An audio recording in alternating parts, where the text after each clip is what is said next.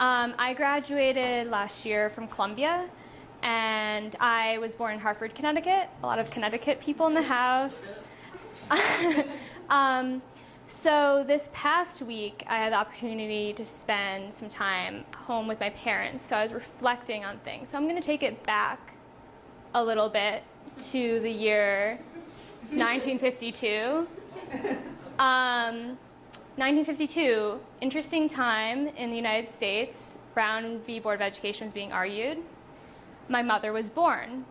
Obviously, that is a meaningful year personally for my family. It also just comes up all the time because my family is very proud that she was born in 1952 because that is the same year that Puerto Rico got its first constitution passed. My family is from Puerto Rico, which is an island. It's a commonwealth currently of the United States.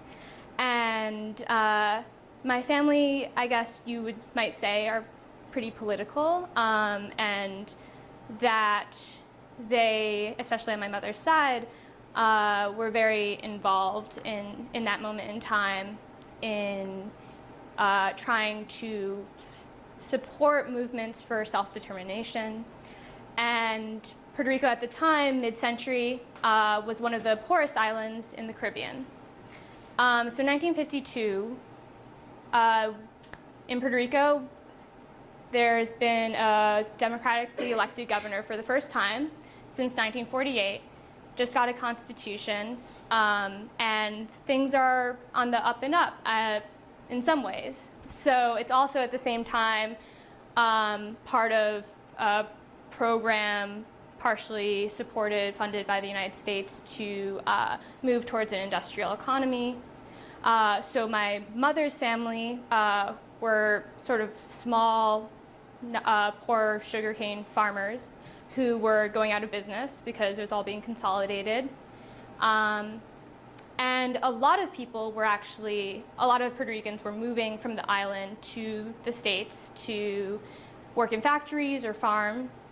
But my grandfather was so excited about this moment of having a constitution and having sort of more democratic process and excited about the future of Puerto Rico. So he stayed and, you know, worked hard and raised my mother, and with this idea that maybe the economy will improve and poverty really will diminish, and in some ways it did. Poverty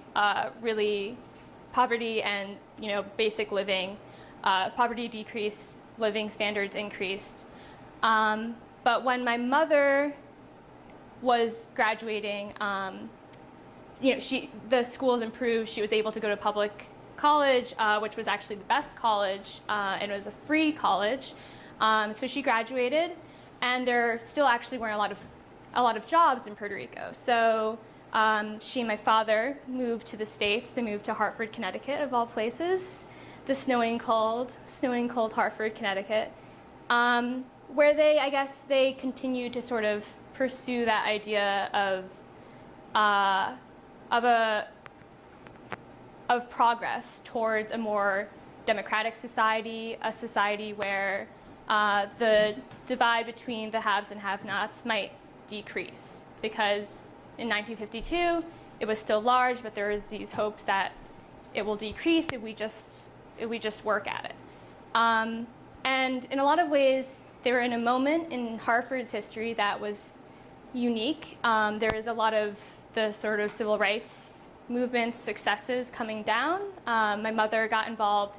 She became a teacher. She was working on bilingual education and English as a second language programs, and my father became a social worker at Hartford High. And, you know, they worked in direct services and in trying to affect change in small ways.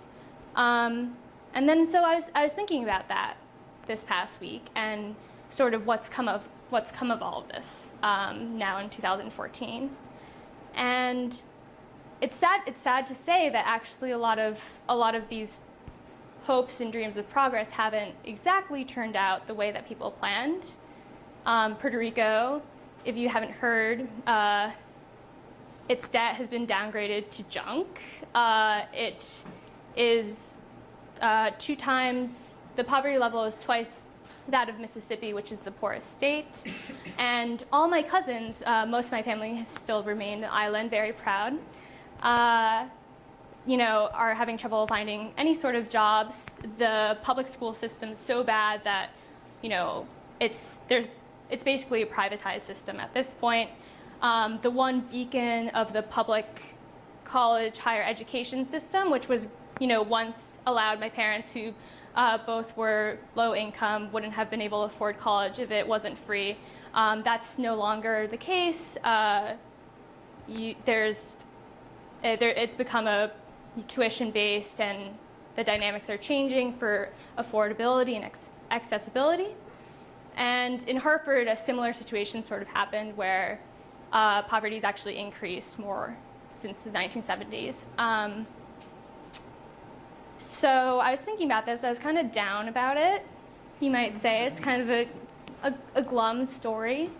And then I got a call from my former supervisor at the Bronx Defenders, which is a public defense office in the Bronx. And one of their clients, who I helped work on the investigation for his case, had been released from Rikers Island. He had been there because he was accused of attempted murder, and he was tried last summer, went to all of his hearings and his trial, and he was it ended up being a hung jury, which means the jury couldn't come to a consensus, so they had to retry him.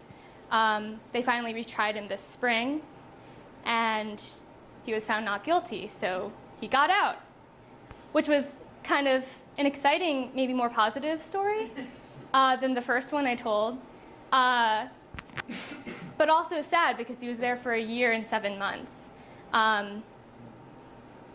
But I thought back to a question I asked him last summer, right before the end of his first trial, which was, what do you want to do when you get out?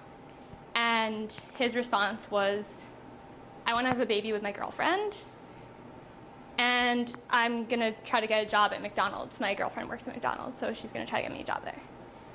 So it sort of, you know, I was thinking about what is he going to do now? Probably those 2 things, hopefully.